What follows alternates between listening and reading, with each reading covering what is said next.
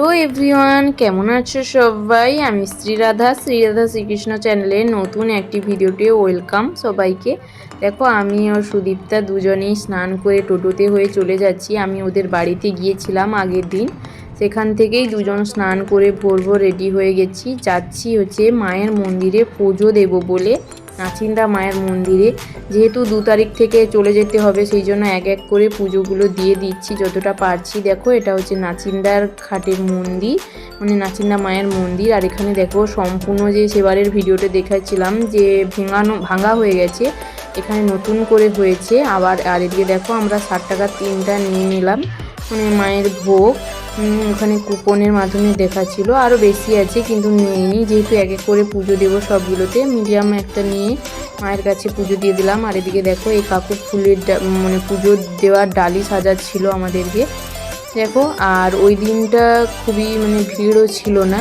তারপর এখানে এসে গেছি নিজেদের নাম গোত্র সব কিছু লেখার জন্য, তারপর ঠাকুর মশাইকে দিয়ে দিয়েছি। আর এদিকে দেখো আজকে মানে ফাঁকা ফাঁকা বলা যেতে পারে মন্দিরটা। আর মন্দিরের ভেতরে ধুনার জন্য মাকে ঠিকমতো দেখা যাচ্ছে না, দেখো। তবুও যতটা পেরেছি তোমাদের সাথে শেয়ার করেছি।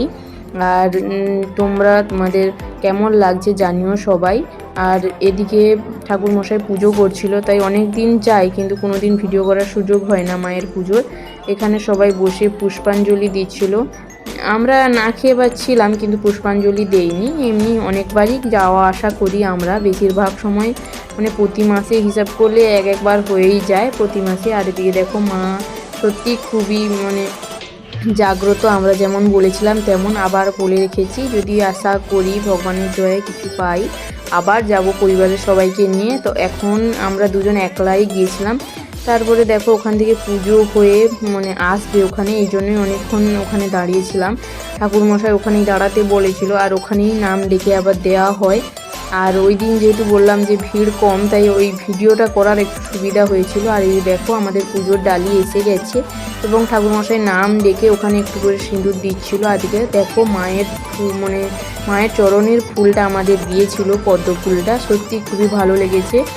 আর এদিকে দেখো একজন মানে বিয়ে হয়েছে, মানে বর এবং বউ দুজনই এসেছে দেখো প্রণাম করার জন্য, সেই জন্য ওখানে বাজনাবাটির ব্যবস্থা মানে করছিল। আর বাজনাবাটিগুলো সত্যি মানে তাল সত্যি অনেক অন্যরকম, মানে আমাদের তো এরকমই আমি দেখিনি। আমি বলছিলাম দেখো লাইন দিয়ে দাঁড়িয়ে এক সুরে সুরে বাজাচ্ছিল, মানে অনেকটাই ভালো লাগছিল, তাই তোমাদের সাথে শেয়ার করলাম। দেখো কত সুন্দর লাগছে, নিজেরা মানে নাচার মতো করেই করছিল। আর এইগুলোই দেখছিলাম, আর তাই তোমাদের সাথেও শেয়ার করলাম।